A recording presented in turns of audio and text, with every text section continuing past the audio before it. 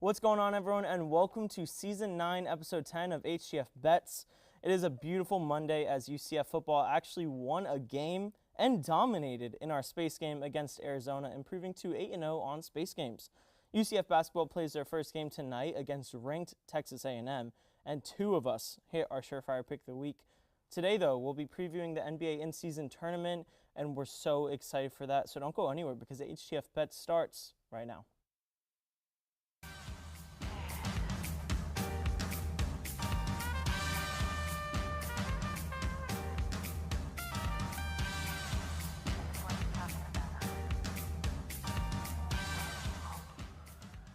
All right, I am joined by Andrew Gregg to my left as always and Tyler Brownrigg to my right as always. No one's at the green screen, but our guest today for both segments, spoiler alert, is Augie Aronson. How are you doing today?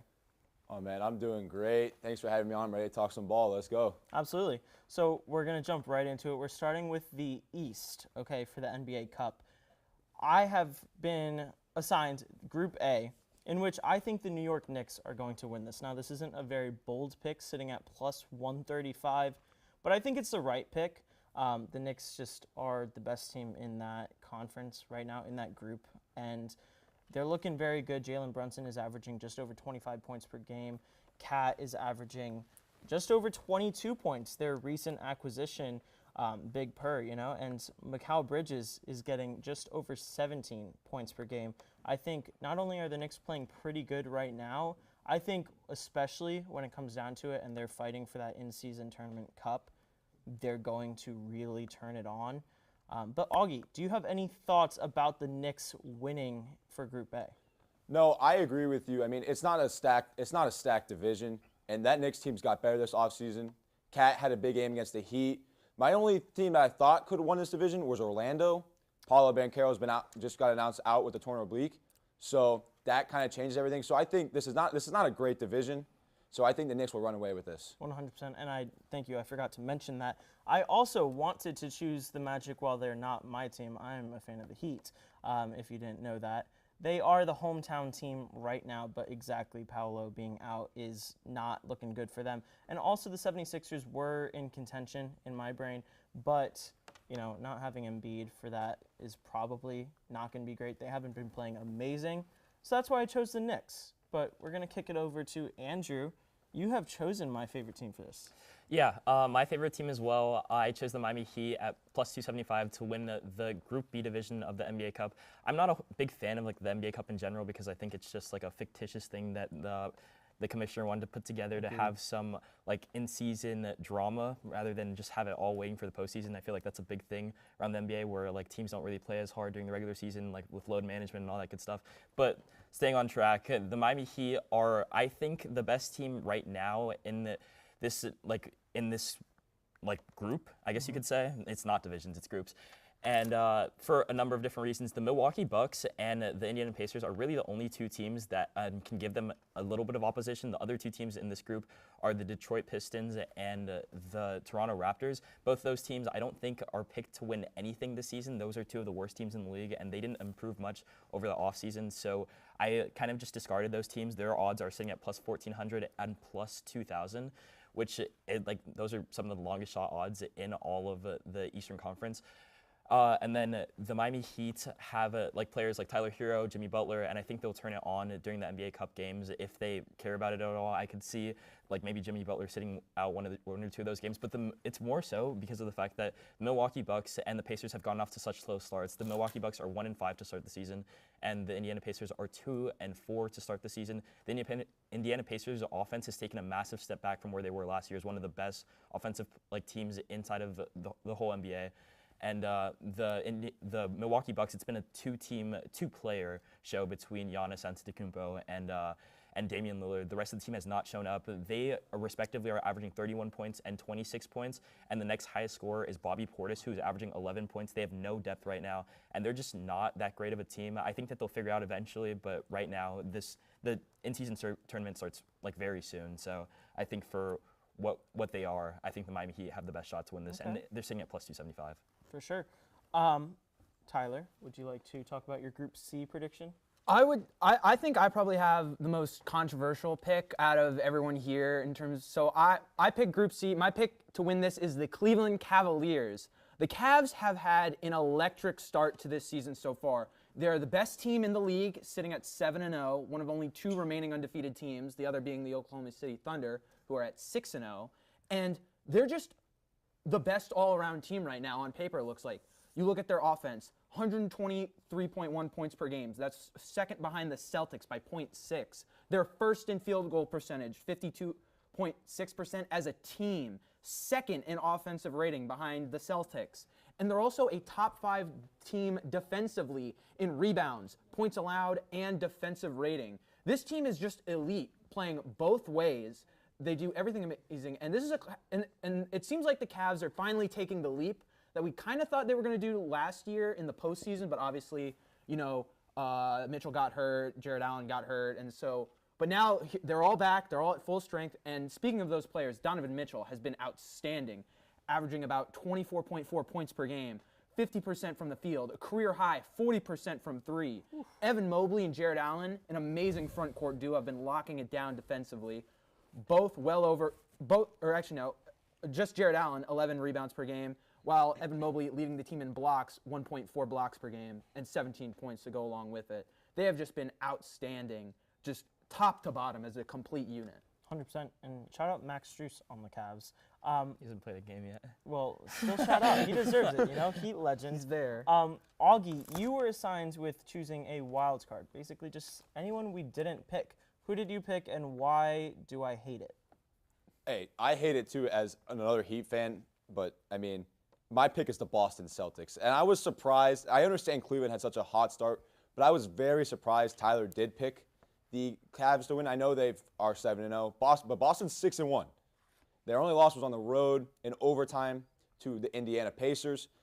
Jason Tatum had an increase. He's averaging 30 a game. Jaylen Brown's averaging 26. They haven't even had Kristaps Porzingis yet back. He hasn't played a single game, and they're 6-1, so just wait until he comes back. It's going to be a little bit, but just wait. Peyton Pritchard's got an increase in minutes. He's averaging 16 a game. And Derek White's been balling. He's picked it up a lot. He's got averaging 19, 4, and 4. So, I just think this Boston Celtics team, they obviously won the championship last year. They didn't really get worse. They didn't lose anybody.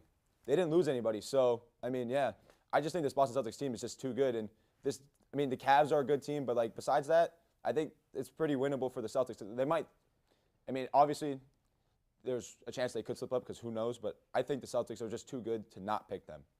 I understand, Augie, your argument. It's like the Celtics, right? They're reigning champs. They're this great team. But to talk about more, the group that these teams are in, their other 3 teams are the Hawks, Bulls, and Wizards. All bad teams, right? And you play so they play 4 games. So both these teams might be, you might say it's really just their one matchup. And I think Cleveland could maybe catch them sleeping, right? And then they go 4-0, or maybe Boston just drops a game and then they're both tied at 3-1. I expect that it will be the tiebreaker in this case would be point differential, and I believe in that situation Cleveland would do it with just how great their offense is and that their defense matches it just as great. So again, I understand it's the Celtics, they're so great, we all love them. God, who loves them? Yeah, nobody loves them. Some people. Oh, come on. But no, shout out Camden Mowry. I am a Cleveland believer. If you're watching this, I think Cleveland can really make some noise.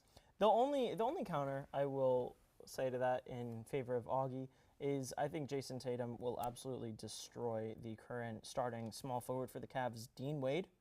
Not D Wade, Dwayne Wade, Dean Wade. You could still match up Evan Mobley with him, and it'll be fine. He's gonna give Evan Mobley buckets. Evan Mobley is such a stout interior defender.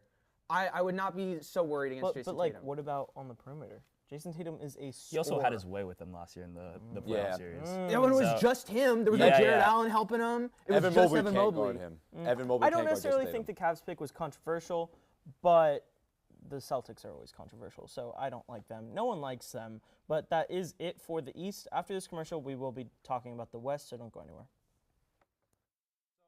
With that in mind, I mentioned it previously, but I'm saying that Jacksonville is going to make the playoffs. One of the most wealthy quarterbacks in the NFL, and that basically means you're in okay, let's win now alongside Trevor Lawrence. But I think it could make it to the playoffs.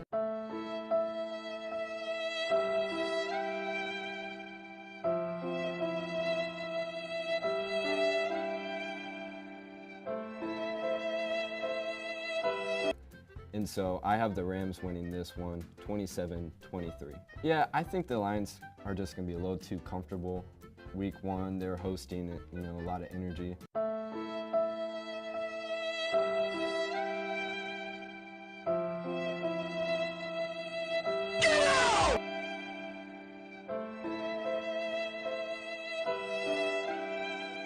Why do you think the Sun will outperform Tyler's Lynx? So I believe, you get the home field advantage, you're feeling good, and I think they're really an evened out like match.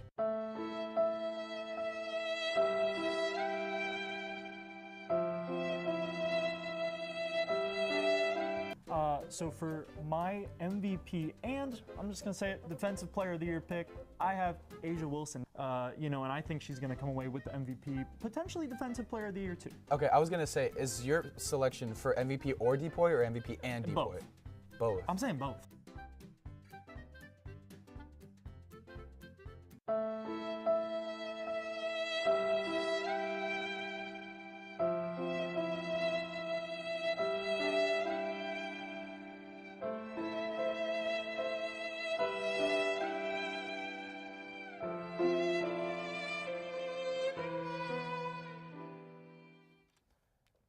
And we're back with even more NBA. Same people at the desk, same people over there in Augie. So I'm just going to jump right into my pick. I was assigned Group A again, and I have a wild card pick, okay?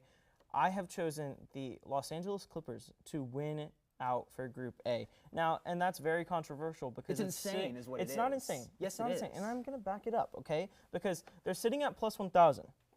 They are 4th favored out of 5. Okay, they're only favored over the really terrible Portland Trail Blazers. I did not choose the Timberwolves, and that's why Tyler is so upset. I did not choose the Sacramento Kings, and I did not choose the Houston Rockets. But the Clippers have been playing not necessarily amazingly, okay, they are only 2-4. However, their individual players have been playing pretty good. Norman Powell, with 25 points per game, has been playing really great. James Harden has almost 2 steals a game, over 10 assists, almost 11 actually, and his points, he's at 21.8. And then lastly though, Ivica Zubac, he has been playing out of his mind, 17.5 points and 13 rebounds, which is tied for first in the league. I think that they could really turn it on. They do not match up well against some teams. But some teams. I'm not going to name anyone, but I think if you're wanting to make some money, don't necessarily go with this pick. But it's like good odds. I believe in it, and I know no one else does. But as long as I do, I think that's what really Very matters. confident in your pick. I can I'm even very begin- confident. I can Hey, even begin. who's If 5 you and 4 in wanna- surefire picks? Oh my God. You got it. Oh. Hey, I deserve that. So Andrew, get into your pick. Yeah, so I have the Group B of the Western Conference, and I chose the Suns, which is a little bit controversial just because of the fact that the Oklahoma City Thunder are in this division.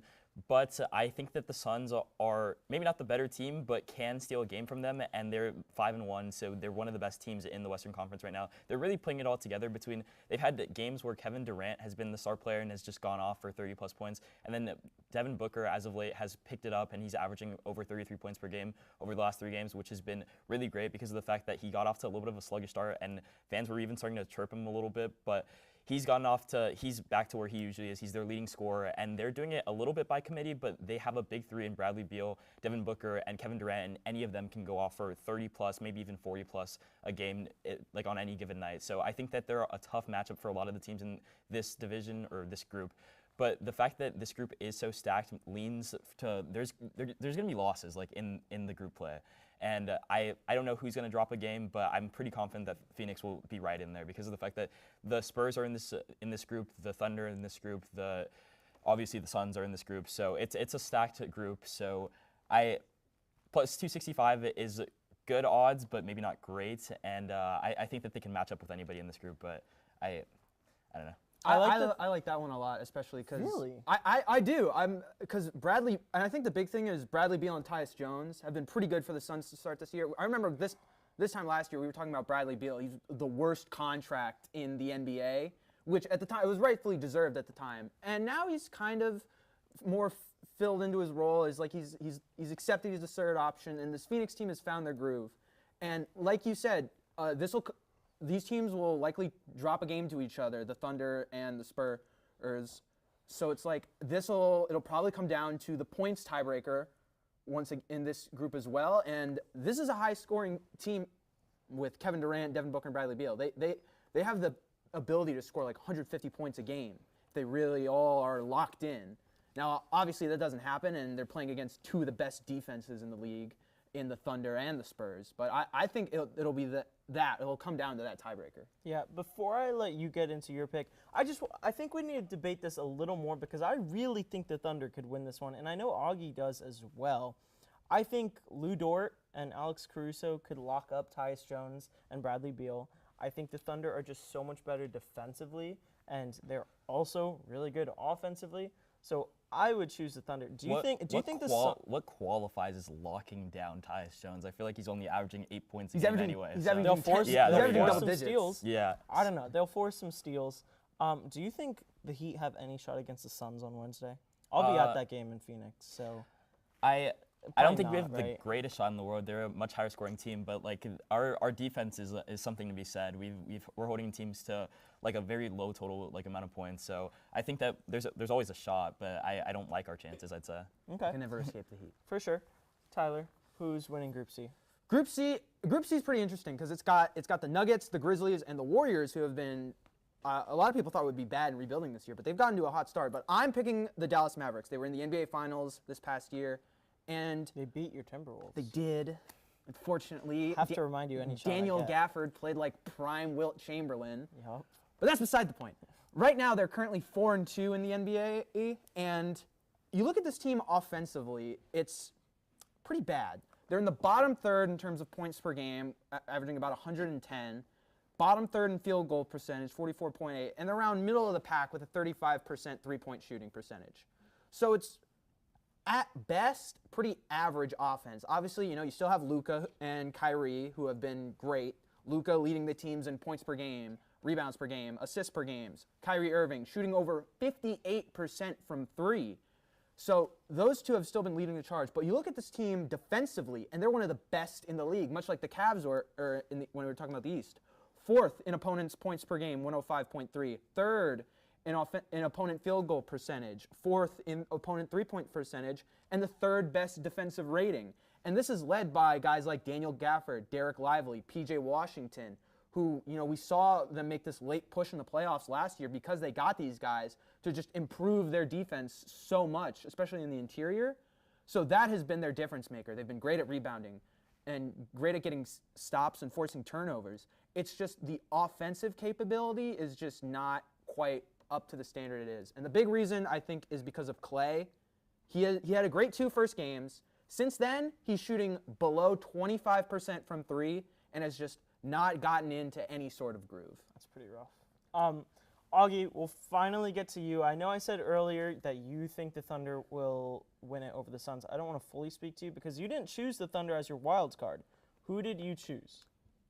First of all, Nick, I love the Clippers pick. Scare money don't Thank make you. money, baby. Thank you. Let's go. I love it. Kawhi Leonard is not coming back anytime soon. Does not matter. Doesn't matter. James Harden's Zubac. doing James Harden things, and I love Zubac personally.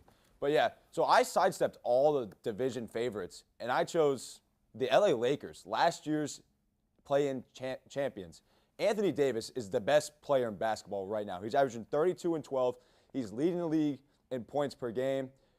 LeBron, he's had a little bit of a step back, but that's probably because he's letting Anthony Davis do his thing. He's averaging 22, 7, and 7. And we know LeBron. LeBron can turn it on whenever LeBron wants to. And he's a little notorious cheapskate.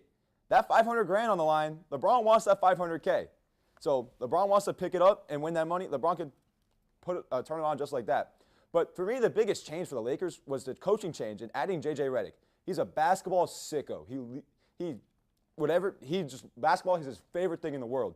And you can see, even in like the coaching timeouts versus what Darvin Ham was saying last year versus what J.J. Redick's doing this year, it's been so different. And I think personally, J.J. Redick is the biggest addition they've had in the coaching aspect for the entire team. And I think the Lakers, if Anthony Davis keeps playing the way he can play, they'll make it as the last wild card team.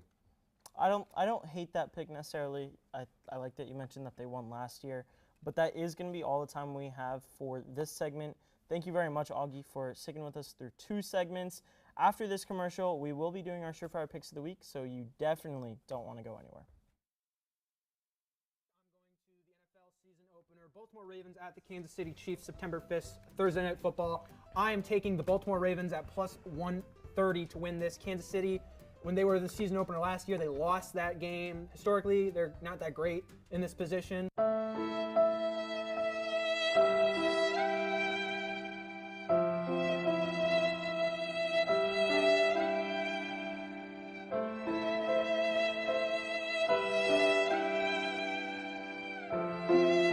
I have Chuba Hubbard as like one of my drops. Unfortunately, he's in an offense where like he just won't be getting any carries because of how bad the offense is. He's one of the people I'd drop like as one of the fastest drops in fantasy football.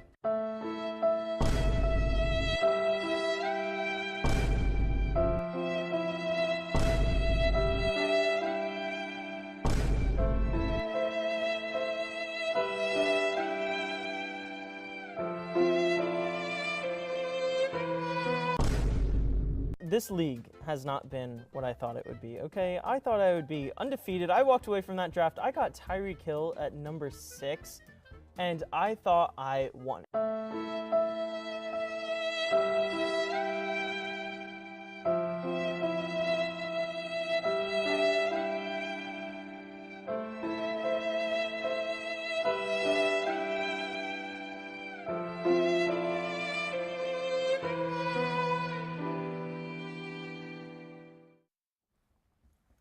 And we are back for the best segment of the week, Surefire Picks. Just to run through everyone's records, we have Tyler at 1-8. Andrew hit last week, and he's now sitting at 2-7. And I also did hit, and I'm sitting at 5-4. And so before I let Andrew celebrate his pick a little bit, I do have a little gift for Tyler for being the only Bets host to not hit, as it is stuck on my chair. Still stuck on my chair. Here we go. Cowboy hat. Yes. And he's going to do his Surefire pick Shout out Big in Man. a southern accent. So I will try. It's exciting. starting now. So get into your Surefire pick from last week. Celebrate your win. Congrats. Yeah, the Florida Panthers are 2-0 when they're bet on Surefire Picks of the Week. I had the Florida Panthers scoring first, and then their money line as well as the over, which they helped cover everything. They scored 5 goals that game out of the 6 I needed, and then they were also able to score first and then win the game. So not that complicated. They put it all together, and then I was able to hit for another Surefire Picks of the Week win. It feels like they're coming in bunches, and you hit 3 straight at some point, and I'm at 2 straight right now. Hopefully make it 3 straight after this. Absolutely. So just get into your pick this week now. Yeah, so my pick this week is coming in the Buccaneers versus Chiefs Monday Night Football game tonight at 8:15. And the total parlay sits at plus 440, and the 3 legs are going to be Chiefs minus 6.5, sitting at minus 175. The Chiefs are notorious for not really being able to cover their spread, but this year they've done a much better job of it. They are 4-2 on the spread this season, which is pretty good because that means if you're betting on the Chiefs to cover their spread, they have won for you 2/3 of the time.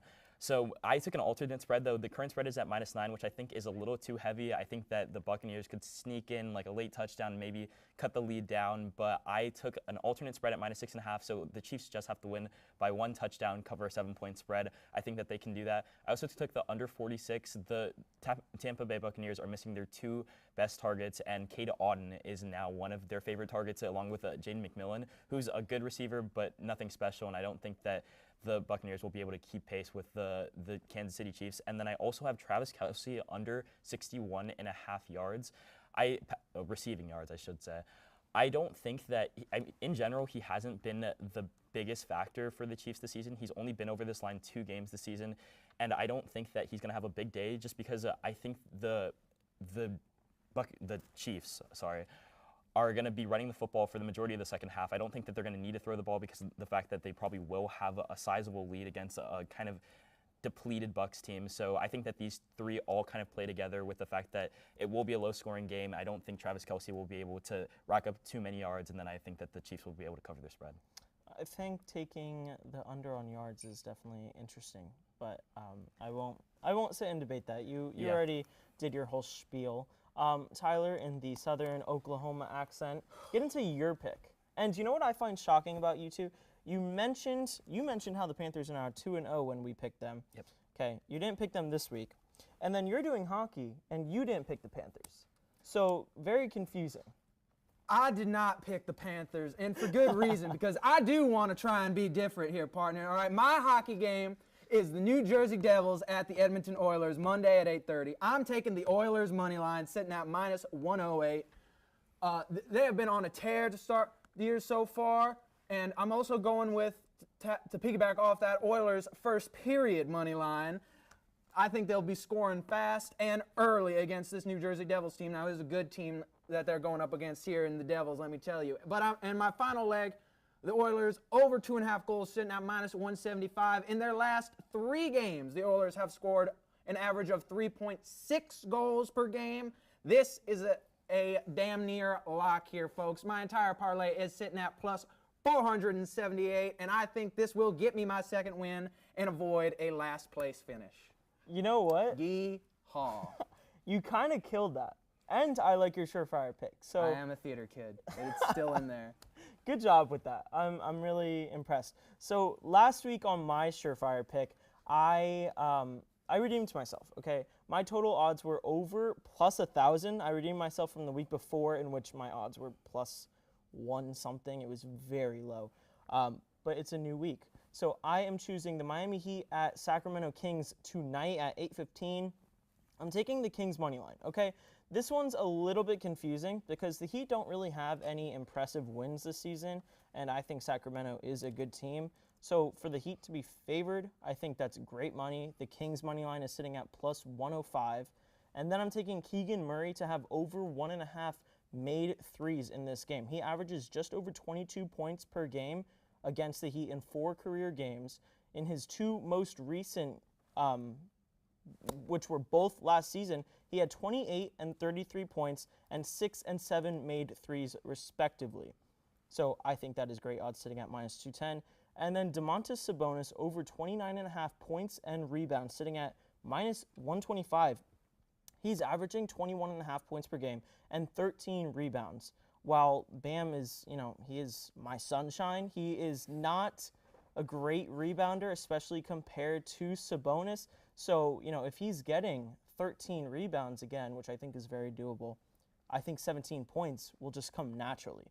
So I think that will absolutely hit. And just to let you guys know, a bonus bet, if you want to make it a 4-leg parlay, take Tyler Hero over on 19.5 points, sitting at -115. That would bring your total parlay odds to +918. Another really risky one, but it sounds really good. If you don't do the Tyler Hero one, the total odds are +445 though. So that's going to do it for my surefire pick. I think I'm going to come back. He's going to go 6-4, dude. Aren't This one seems so easy. I don't see it happening. You don't? For Why? a variety of reasons. Why are you hating? As a Heat fan, I don't like the Kings money line.